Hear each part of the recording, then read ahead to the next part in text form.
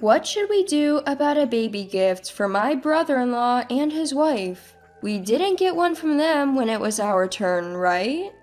When I asked my husband Peter, he seemed to ponder a bit. Well, that was 4 years ago. I can't really remember, but I don't think we got anything either. So, we don't have to give them anything, right? Exactly. It did strike me as unusual for them. I'm Emmy. My husband and I got married 6 years ago, and we have a 4-year-old daughter. My brother-in-law and his wife got married around the same time as us, but they struggled to have children. Finally, they had their first child recently, which is why I was discussing with my husband whether or not to give them a baby gift. My brother-in-law is in sales, has a loud voice, and is quite assertive. He's well liked by his clients and apparently is very good at his job. He's the complete opposite of my quiet, office-working husband. Whether it's because of his job or just his personality, my brother-in-law occasionally shows up at our house unannounced, once or twice a month. However, he always brings a small gift and never fails to send us presents for Thanksgiving and Christmas. We've received various things from them over time. We didn't get a baby gift when our daughter was born, but maybe we should give them one this time? When I mumbled that, Peter responded, "The gifts are compensation for showing up without notice, and we also give them stuff for Thanksgiving and Christmas, so it's fine." My husband doesn't like his routine disrupted, so he's not thrilled when my brother-in-law suddenly comes to visit. You have a point. And so we decided not to give my brother-in-law a baby gift, and instead opted to simply call and say, "Congratulations." But that very night, my brother-in-law showed up at our place again. He said he had some free time because his wife Florence had given birth the day before yesterday and was still in the hospital. We scrambled to prepare snacks and a meal for my brother-in-law, and both Peter and I were a bit out of sorts. Only our daughter was thrilled, delighted by the sweets he brought and the loving attention from her kind uncle. It's not that Peter and I dislike my brother-in-law. We just don't like our routine being disrupted. Feeling jovial with a drink in him, he said, "Hey, we're supposed to get a baby gift too, right? We gave you guys one." "Huh?" Peter and I blurted out in surprise, exchanging a glance. Unaware of our reaction, he continued, "You know what would be good? A baby carrier. One that works for both boys and girls, starting from newborns. Florence says she wants an American one, but the ones popular with overseas celebrities look cooler, don't you think?" He showed us his phone as he spoke. I've raised a child, so I'm familiar with a variety of baby items. Overseas products look chic and are visually impressive, but the safety standards can be a bit different, and these carriers can be hard to use for petite women. My brother-in-law is a big guy who played rugby in college, but my sister-in-law is petite and slender. Brother-in-law, overseas brands might not be suitable for your petite wife. Instead of getting a unisex one, you might want to consider buying separate carriers. I couldn't help but offer some advice, and his face showed a bit of surprise. "Really? Had no idea. In that case, let's go with the American brand for Florence's baby carrier. I'll buy my own, so please send hers as soon as possible." He laughed heartily. That night, neither Peter nor I could bring ourselves to say that we hadn't received a baby gift from him yet. We both agreed that we hadn't received anything, but after being so boldly told by him that he had given us a baby gift, we started to lose our confidence. What should we do about the baby gift? I asked Peter, who pondered the question with a troubled look. It's the thought that counts, right? And he does love his daughter. It seems Peter is leaning towards giving a baby gift after all. In the end, we decided to give $300 as the baby gift.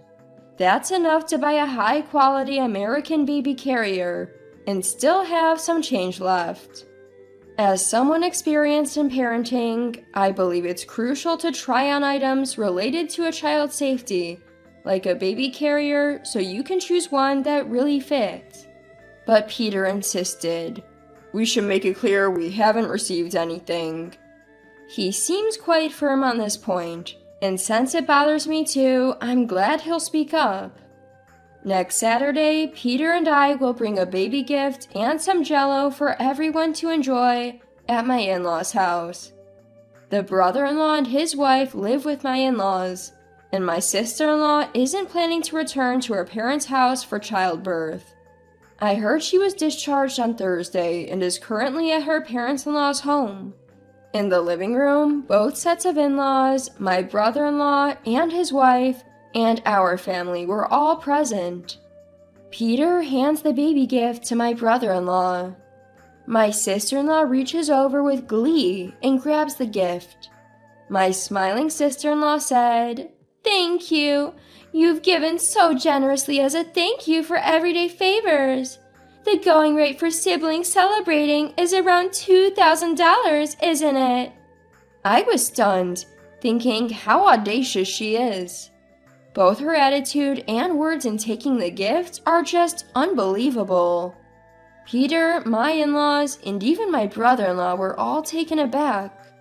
"Florence, that's rude," my brother-in-law softly reprimanded, but she didn't seem to care. "Well, I know you give a lot of gifts every time you visit Peter's house. We have to get something in return, otherwise it won't even out." Both Peter and the in-laws looked shocked, and my brother-in-law had a frown on his face. Is this how she really thinks? Peter and I exchanged glances. Come to think of it, it's mostly just my brother-in-law who visits us often. I then remembered we didn't interact much with my sister-in-law, but it's also inconvenient for us when my brother-in-law drops by unexpectedly. We never asked for gifts in the first place. I couldn't hold back my anger anymore. Before Peter could say anything, I blurted out, sister-in-law, just to clarify, we didn't receive a baby gift from you." I wondered if it would have been better if Peter had said it, but it was already out there. My brother-in-law looked shocked and turned to look at his wife. "Wait, I did give it to you, right, Florence?" My sister-in-law quickly looked away. Her behavior was clearly off. She quickly put on a smile and said, "Oh, I did give it. Maybe you forgot since it was a long time ago." I stated clearly again, "No, we didn't receive it." Peter immediately added, "I remember too. We definitely didn't get it." Father-in-law and mother-in-law looked puzzled, comparing us to my brother-in-law and his wife. After pondering for a bit, my brother-in-law said, "No way," and rushed upstairs. He returned shortly with several notebooks in hand. I always thought he was the sporty type who didn't care about details, but it turns out he's unexpectedly meticulous. Brother-in-law had recorded who he gave what and when, all in his notebooks. Brother-in-law, that's impressive.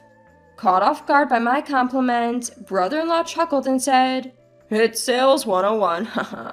Look, right here." Brother-in-law presented the notebook to everyone. The entry was from 4 years ago, a few days after my daughter's birthday. Sure enough, it said, "Splurge $1,000 for Peter's daughter's baby gift. Asked Florence to handle it because I'm on a business trip." $1,000? Both Peter and I were shocked at the amount.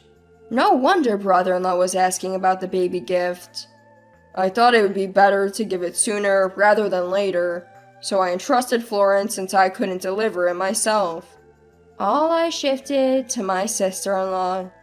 "See here, the next line says we received a baked goods set from a local bakery in return." Both Peter and I exchanged puzzled looks. "But we haven't received any baby gift, let alone given any baked goods," I said, clearly perplexed. Brother-in-law nodded.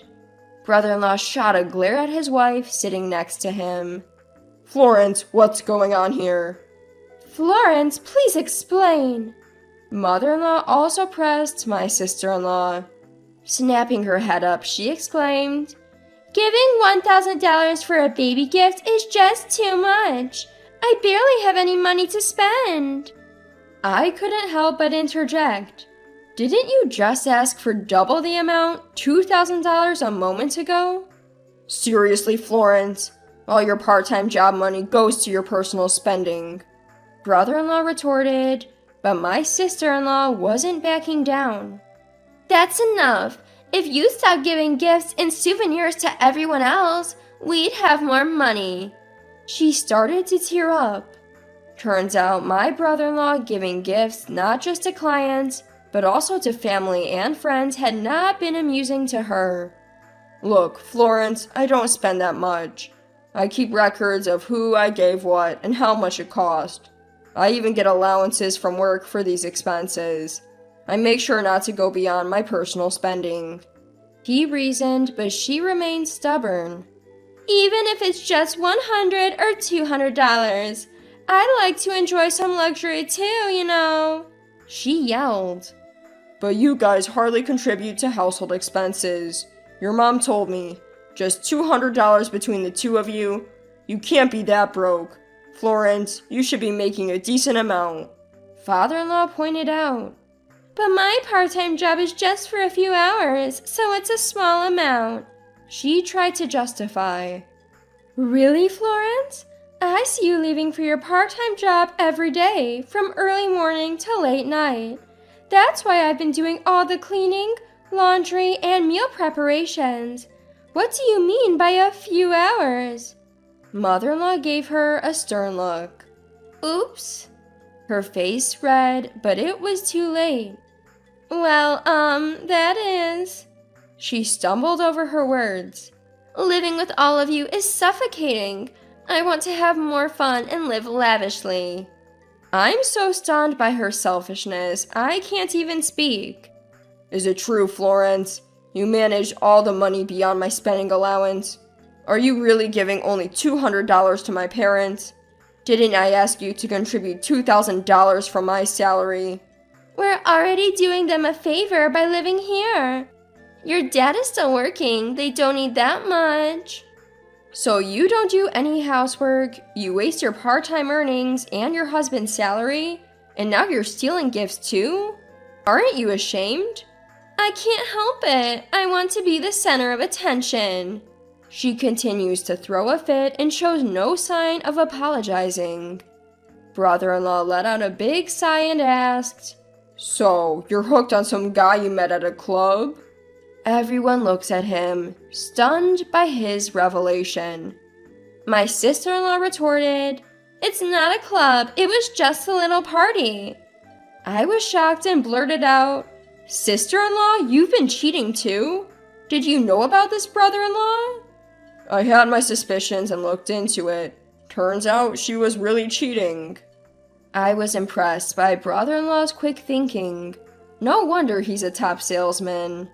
It turns out brother-in-law had seen someone who looked like his wife hanging out with a younger man while he was out on business, but he chose to brush it off, thinking it was probably someone else. But it seemed like she probably wouldn't have cared if it were someone else. Let's get a divorce. I'll calculate all the money you've squandered partying and on your affair, and you'll pay it back. Also, we're doing a DNA test for the kids. Brother-in-law looked at his wife sternly as he said this. "Please, no DNA tests!" My sister-in-law screamed, making us wonder if the child might actually be from her affair. Mother-in-law frowned and said, "I'm disappointed in you, Florence. You're just awful." Father-in-law also made his anger clear, saying, "What a selfish daughter-in-law you are. Don't ever think you're a part of this family again." My sister-in-law clung to Peter and me, saying, "You guys will be on my side, right?" I responded, "No chance. Aren't you the one who stole our baby gifts? Why should we help you? Take responsibility for your own actions. Is that so? My sister-in-law sank to her knees, but it was too late. That's how, from the stolen baby gifts to her affair, it came to light, leading to brother-in-law filing for divorce. DNA results confirmed the child was indeed from her affair. Brother-in-law sought legal advice and began the divorce proceedings.